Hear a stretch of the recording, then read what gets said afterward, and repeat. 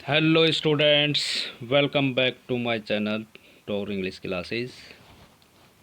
आज हम बात करेंगे कि नाइन्थ क्लास इंग्लिश में जो हाफ ईयरली एग्ज़ाम है इसमें किस प्रकार से एग्ज़ाम में क्वेश्चन पूछे जाते हैं।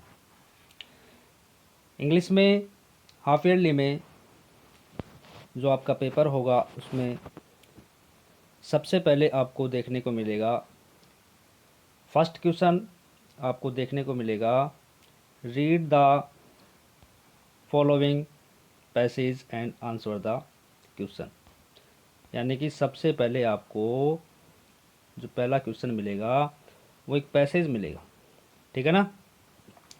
आपको उस पैसेज को पढ़ना है और पढ़ने के बाद में आपको उसके जो क्वेश्चन है नीचे, यानी कि उसमें पैसेज के जो क्वेश्चन होते हैं वो 6 क्वेश्चन आएंगे आपके, ठीक है ना। कितने क्वेश्चन आते हैं? 6 क्वेश्चन। तो 5 या 6 क्वेश्चन आपको उसमें देखने को मिल जाएंगे, जिसमें से एवरी क्वेश्चन जो होता है वो हैव ए 1 मार्क। ओके, यानी कि एक क्वेश्चन 1 मार्क का होता है, 1 नंबर का होता है। तो आपको 5 या 6 क्वेश्चन पैसेज में से मिलेंगे, तो आपको उसको पढ़ना है और पढ़ने के बाद में आपको उसमें से पैसेज में से छांट करके उसके आंसर देने हैं, ठीक है ना। और किस प्रकार से देने हैं वो आपको मैं एक वीडियो बनाऊंगा, उसमें आपको बताऊंगा कि पैसेज में से क्वेश्चन कैसे बनाए जाते हैं, क्वेश्चनों के आंसर किस प्रकार से दिए जाते हैं, ठीक है ना। तो आज तो मैं बता रहा हूँ कि किस प्रकार से, किस टाइप का, किस जो पेपर का फॉर्मेट होता है वो कैसा होता है, वो आज मैं तरीका आपको बता रहा हूँ, जिससे कि आपको आसानी हो थोड़ा समझने में। इसके बाद में जो क्वेश्चन मिलेगा वो आपको देखने को मिलेगा, choose the correct form of the verb, ठीक है। यानी कि correct form of the verb, correct form of the verb, इसके रूल होते हैं वो आपको पढ़ने पड़ेंगे, तभी आप इसके आंसर दे सकते हो।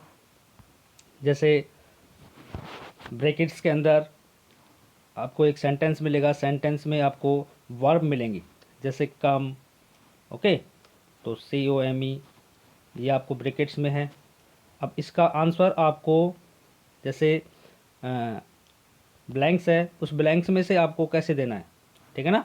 तो इसमें आपको एस जोड़ना है या इसकी सेकंड फॉर्म केम, CAME, केम करना है। तो ये आपको इसके रूल हैं जो इसको समझना चाहिए, पढ़ना चाहिए, ये भी मैं आपको समझा दूंगा एक वीडियो में, correct form of the verb के, कि किस प्रकार से सेंटेंस में वर्ब को फिल किया जाता है। ओके स्टूडेंट्स, तो second question correct form of the verb का। थर्ड क्वेश्चन आपको देखने को मिलेगा, fill in the blanks with the correct verb given in the brackets. यानी कि इसके बाद में जो क्वेश्चन मिलता है आपको वो मिलता है करेक्ट वर्ब्स का, मीन्स हेल्पिंग वर्ब का। तो आपका ब्रैकेट्स के अंदर, ब्रैकेट्स में आपको हेल्पिंग वर्ब देखने को मिलेंगी, ठीक है ना। तो इस हेल्पिंग वर्ब जैसे आपको देखने को मिल रहा है, उसमें इज़ है, एम है, इस प्रकार से आपको fill in the blanks, blanks को फिल करना है, ठीक है ना, कि इसमें इज़ बनना है, एम आएगा या आर आएगा, इस प्रकार से आपको उसके अंदर हेल्पिंग वर्ब को फिल करना है, ठीक है ना। तो इसमें आपको टेंस की नॉलेज होनी चाहिए कि कौन से सेंटेंस में किस प्रकार से कौन सी वर्ब, कौन सी हेल्पिंग वर्ब का यूज़ करें, ठीक है ना। तो टेंस का भी मैं एक वीडियो बनाऊंगा, उसमें आप अच्छी तरीके से समझ पाओगे कि कौन सी हेल्पिंग वर्ब का कहाँ पे यूज़ करते हैं, कौन से सब्जेक्ट के साथ में कौन सी हेल्पिंग वर्ब का यूज़ होता है। इसके बाद में आपको देखने को मिलेगा, fill in the blanks with appropriate determiners, means determiners आपको इसमें करनी है।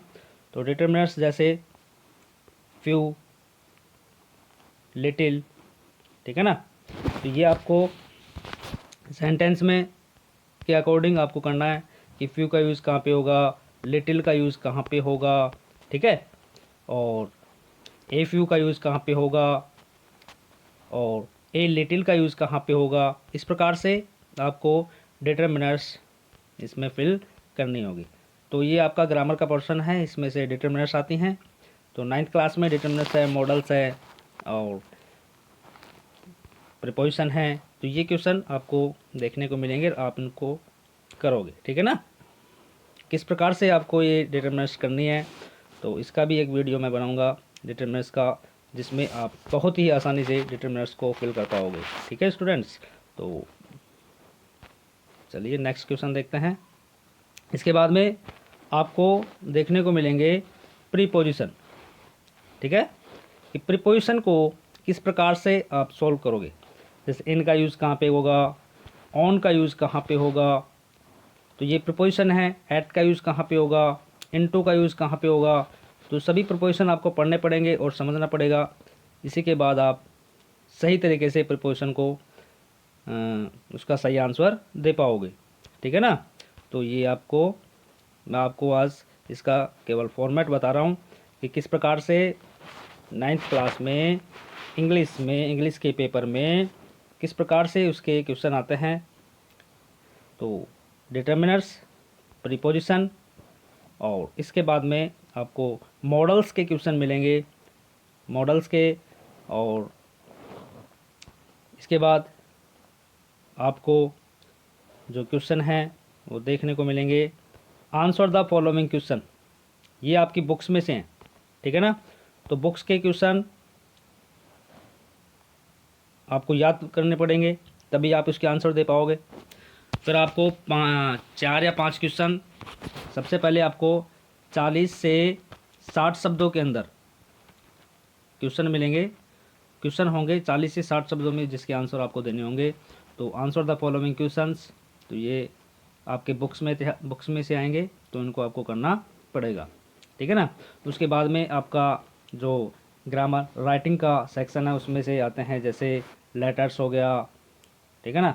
तो लेटर्स में से आपको जैसे इनफॉर्मल और फॉर्मल, तो ये आपको पैटर्न अच्छे तरीके से पता होना चाहिए कि फॉर्मल में को किस प्रकार से करते हैं और इनफॉर्मल को कैसे करते हैं, ठीक है।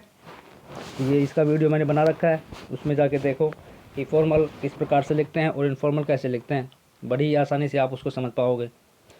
और नेक्स्ट वीडियो में मैं आपको ये बताऊंगा कि राइटिंग के जो सेक्शन होता है इंग्लिश ग्रामर का, उसमें से किस प्रकार के क्वेश्चन आते हैं और उसको कैसे करना होता है, ठीक है।